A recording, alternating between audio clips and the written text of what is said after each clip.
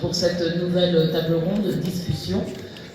consacrée à l'héritage de François Fanon, ce qu'il reste aujourd'hui de la pensée et de l'activisme des écrits de François Fanon, une discussion qui va se tenir avec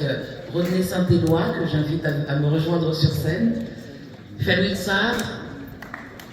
Ogaya Diallo et Abderrahmane Ouapperi. Installez-vous.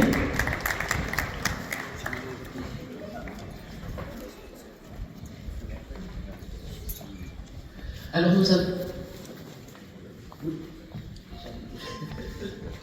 Comme nous avons une heure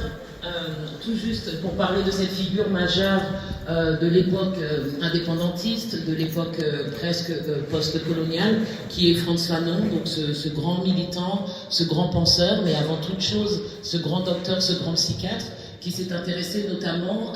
aux effets pervers, aux effets graves qu'a causé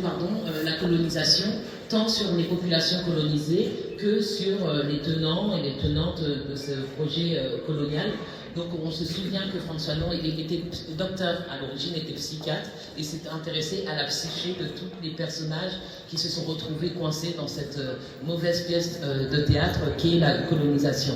François Fanon a aussi une stature très mythique dans la mesure où il peut représenter pour certains et certaines la figure de l'intellectuel et du scientifique, comme je viens de le dire, engagé totalement. Il est parti de la Martinique, il a effectué ses études de médecine en France hexagonale, et ensuite il a été nommé dans un hôpital psychiatrique d'Algérie, et comme vous le savez, il a rejoint la révolution, l'indépendance algérienne.